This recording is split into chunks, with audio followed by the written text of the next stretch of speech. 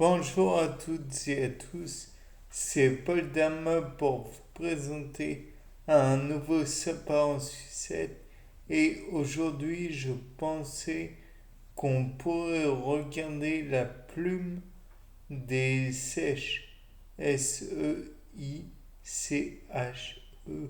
j'entends. Et donc la plume en question, il faudrait soit l'observer directement, soit par des moyens indirects. Je m'explique. Donc tout d'abord, le moyen direct, un peu violent, si je puis me permettre, c'est prendre l'animal, l'ouvrir et prélever cette plume. C'est violent, trop violent à mon goût. De plus, par la suite, je me suis dit qu'on pouvait éventuellement non pas prendre cette plume, enfin cet élément sur un animal vivant, mais sur un animal testé. Ce qui fait qu'on pourrait agréer le, l'utiliser dans certaines expérimentations. Et enfin, je me suis dit, mais pour l'observation, peut-être pourrait-on le faire à un IRM, imagerie par résonance magnétique. Et comme c'est avec un liquide qui qui fait du contraste, ce serait du diode. Donc on injecte le diode afin de présenter cette plume et j'imagine très bien que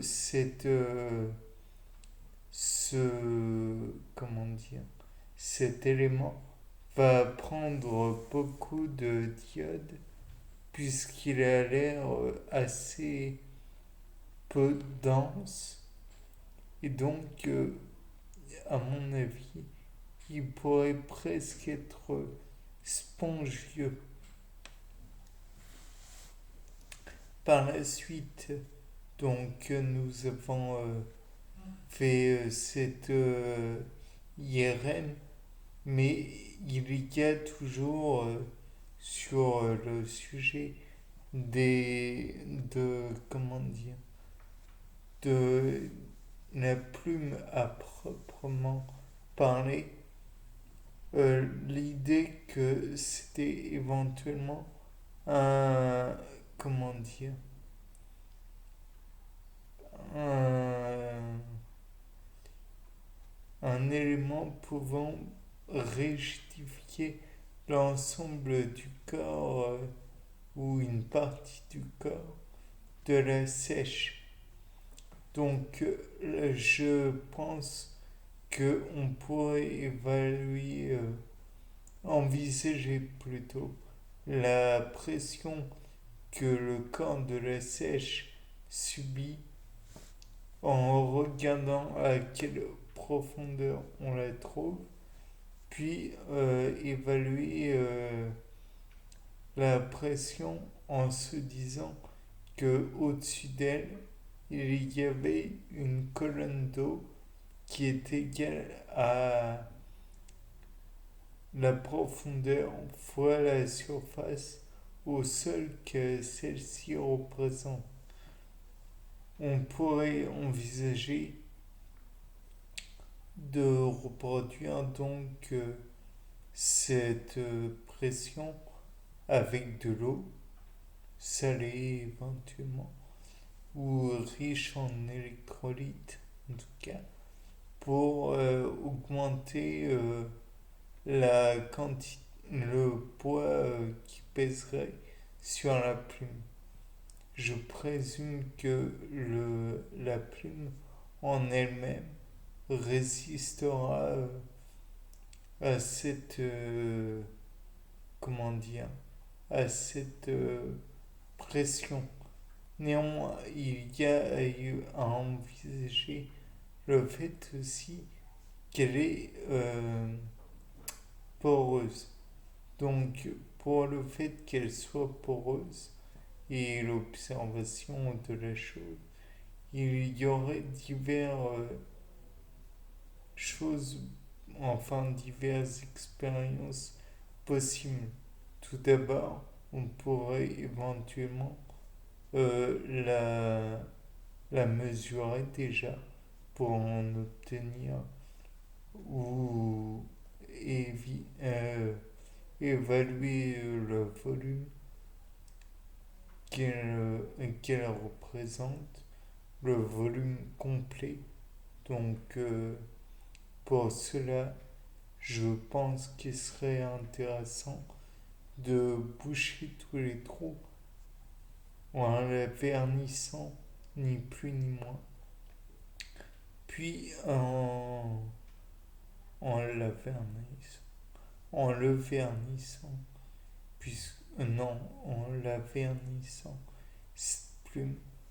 Et donc ainsi boucher tous les trous, puis on la plonge dans un supplément d'eau et on détermine son volume. De là, on peut aussi faire par la suite son poids. On détermine le poids à sec naturellement afin de et sans le vernis. Ainsi, on pourra déterminer la densité et la masse la masse volumique. Et de là, on peut se dire si éventuellement c'est un frein ou non au fait de plonger ou de flotter ou enfin bref. Par la suite, on peut observer au microscope électronique à balayage, je pense, cette, cette plume afin de pouvoir déterminer si oui ou non elle est creuse ou qu'elle a des canalicules. Ensuite, parce qu'il y a beaucoup de ensuite, on pourrait aussi observer si la sèche pourrait, comment dire, absorber des liquides, du liquide, de l'eau par exemple, afin de savoir si par la suite elle pourrait le recracher entre guillemets afin de se propulser. On pourrait aussi voir si la forme de la sèche est hydrodynamique pour savoir si celle-ci, cette forme j'entends, n'est pas un frein à la propulsion. Par la suite, encore une fois, on pourrait imaginer que la sèche monte et descend. Donc, on pourrait év-